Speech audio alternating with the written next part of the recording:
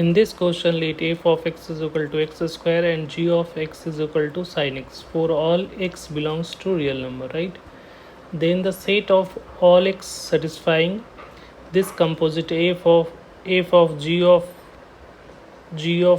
f, मतलब 2 times g function है, 2 times f function है, of f of x equal to g of f x दे रखा है, ठीक है, where f of g x एक कंपोजिट फंक्शन को रिप्रेजेंट कर रहा है, ऐसा मेंशन कर रखा है।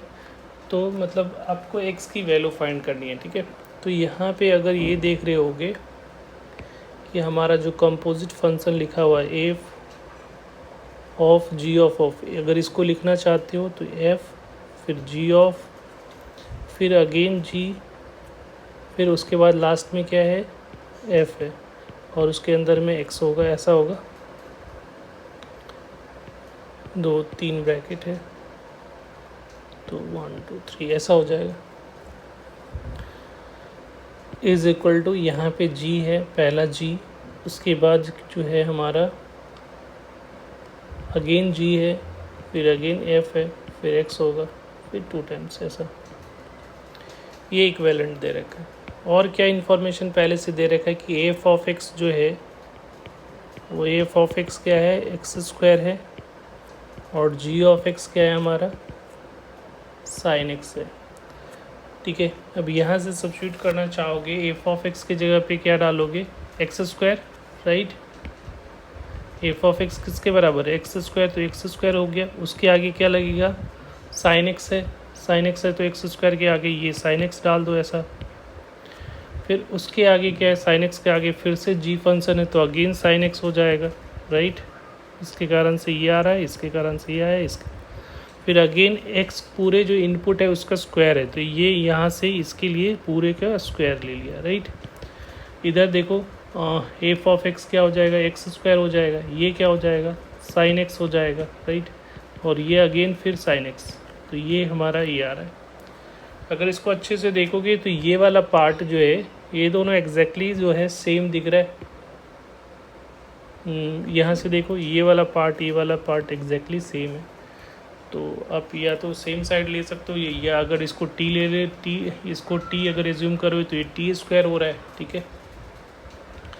तो इसको लिए हम लोग क्या कर सकते हो, सेम साइड ले आकर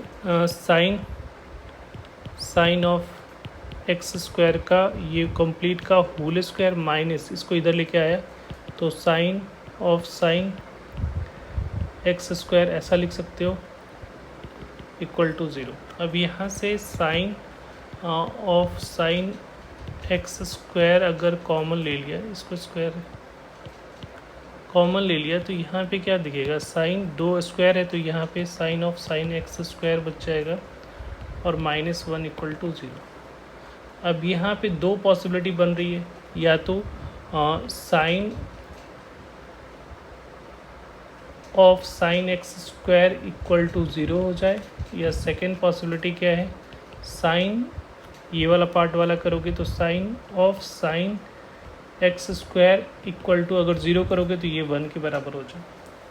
तो अगर यहाँ पे हम लोग अगर देखते हैं तो इसका रेंज हम लोग को पता है, साइन एक्स स्क्वायर की वैल्यू जो रेंज हो सकती है वो मैक्सिमम कहाँ से कहाँ तक हो सकती है, ये वैल्यू जो हो सकती है वो होगा -1 से लेकर 1 के बीच में होगा, ठीक है, क्योंकि साइन स्क्वायर एक साइन का रेंज जो होता है -1 से 1 के बीच में होता है।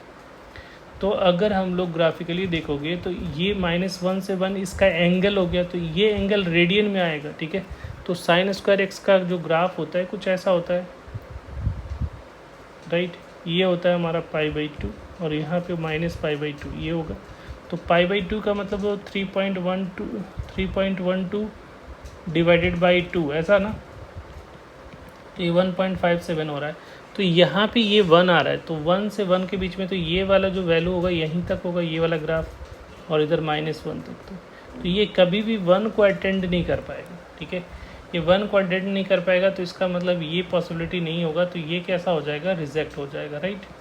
तो ये तो रिजेक्ट हो गया, तो हमारे पास सिर्फ इसी से सॉल्यूशंस मिलने वाले हैं।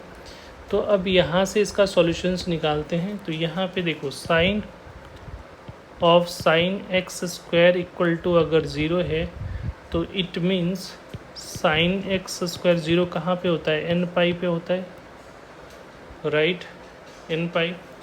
अब यहाँ पे देखो एन पाई की वैल्यू जो है, अब ये साइन स्क्वायर एक्स की रेंज, अब इसका भी पता है कि अगेन साइन एक्स स्क्वायर की वैल्यू -1 से 1 के बीच में होनी चाहिए।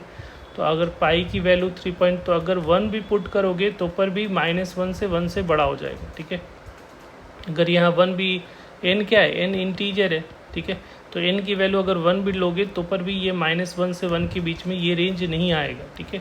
तो एक ही पॉसिबिलिटी में आ सकता है, इफ़ एन इक्वल टू क्या हो जाए, 0 हो जाए, तभी ये -1 से 1 के बीच में ये रेंज आएगा, राइट। तो ये आने के लिए तो एन की वैल्यू 0 पुट करना पड़ेगा, तो sine x square equal to again ये क्या हो जाएगा, 0 हो जाएगा, क्योंकि एन की वैल्यू 0 पुट किया।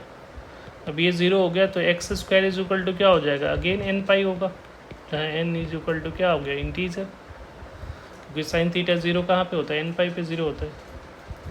तो यहाँ से x की वैल्यू जो होगी वो क्या होगा, ±√अंडर एन पाई हो जाए। अब ये अंदर वाला जो रूट है वो हमेशा पॉजिटिव या तो 0 होना चाहिए। तो n की वैल्यू यहाँ पे क्या क्या हो सकता है, निगेटिव नहीं हो सकता है, ठीक है, निगेटिव होगा तो रूट डिफाइन नहीं होगा, ठीक है।